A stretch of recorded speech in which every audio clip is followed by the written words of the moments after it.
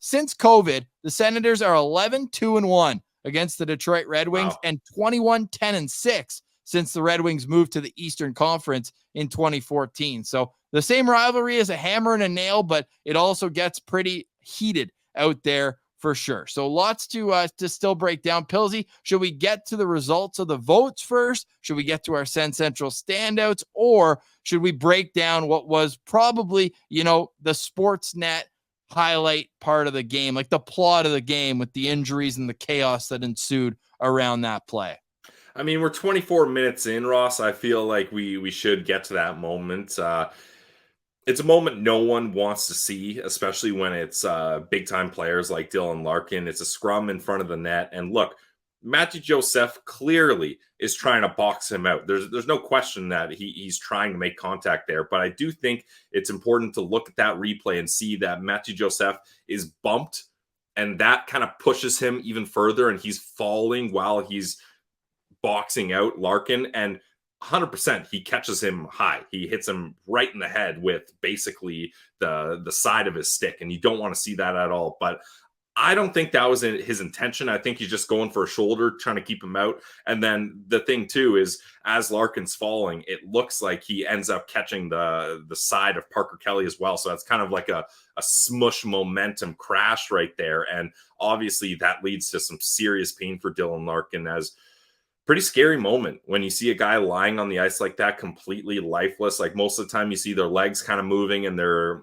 shaking in pain a little, but there was zero movement from Dylan Larkin for, I don't know, a good 20, 30 seconds. Like it seemed like an eternity, and they're calling guys over from the stretcher right away. But the one thing that they don't show in that play, and obviously it goes without saying, but it has to be mentioned, we hope Dylan Larkin's okay, and you never want to see anything like that at all, no matter what team or what player it is. Scary stuff. But what they didn't really show in the first, 10 minutes of replays was behind the play, David Perron just getting his wires crossed and immediately going after Artem Zub. Now, look, if you kind of take a second to think about this scenario, it seems like David Perron is looking the other way. He's involved in the play. He doesn't really see what happens. He turns around and he sees Dylan Larkin lifeless on the ice with Artem Zub standing over him. That's a shoot first, ask questions later type of thing, right? Your captain's down like that. You're going after the closest guy or the guy you think did that to him, and he just cross-checks Zub right in the face. Now, that's clearly a play that can't happen. Now, is it retaliation for what happened to Larkin? Absolutely. But I think the refs got this one right. Like Parker Kelly and Joseph both getting 2 minutes for roughing, and then Perron getting the 5-minute major here for intent to injure. So it's a weird play, a lot of chaos, a lot of bumping bodies, and ultimately you just hope that Dylan Larkin's okay. That's the worst part of this play, because fortunately, Artem Zub, there's no issues there. He continues to play and seems all right, which is great for Sens fans, especially after Artem Zub suffered a head injury early on this season. You kind of get a little nervous there, but the big thing is hopefully Dylan Larkin's okay.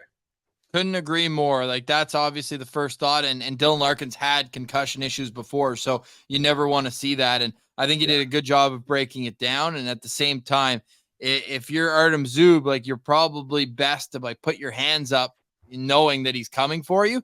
But then in that moment as well, the number one concern, as we've covered, is about Dylan Larkin. And not only is Artem Zub not looking or paying attention to David Perron, he's actively trying to wave out help for Perron.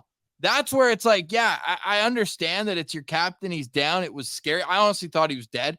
Like, I didn't see what happened. Scary. It was scary. He did not move. Yeah. Like, when you see a murder scene where it's like tape around, like they always have like the arms out, like that's how he was laying on the ice. Yeah. It was an extremely scary situation. So I just don't know why your first thought. And not only that, Zub is like standing over top of Larkin. How stupid are you? There's a large chance that that Zub, like, he fell sideways. What if he falls on top of Larkin? Yeah. It was a bonehead move, and it was a deserved match penalty for David Perron. Obviously, the replay looked so bad for Joseph. When you slow it down, it's like yeah, you get a punch right to the chin. But as Martin Method explained, like in the middle of a scrum, like there is back and forth where you ride up a guy's shoulder, but it's just, it rolled up his shoulder and got his chin, and you get hit in the wrong spot at the wrong time, and it's lights out. Well, I think the worst part of that is, Ross, like I mentioned, Joseph does get bumped a little. It doesn't excuse him for getting a stick up high. You got to be responsible for your stick 100%. But the real issue is, as Larkin's falling, then Parker Kelly ends up hitting him the other way. And I think that's where things kind of click, and that's where the real injury happens. So tough. And then, like you mentioned, like David Perron, you got to have a little more awareness there, being like, okay, I'm going to get my kind of pound of flesh. I'm going to get my revenge here.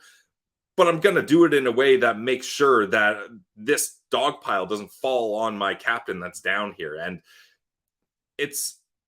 he got his wires crossed. It's as simple as that. Like, there's no explanation. There's no way to try to figure out what David Perron was doing or thinking. He just saw his captain down and lost it. No regard for human life after that. He's just going for revenge right there. And you know what? At the same time, Ross, obviously he got the wrong guy and he did way over the top move, but that's what you want from your teammates. Like if Brady Tkachuk was down like that, I'd want the Sens players kicking ass and taking names later. Like you don't try to figure it out in the moment. You just go nuts and you try to defend your captain, because that's a teammate lifeless on the ground there. Like, geez.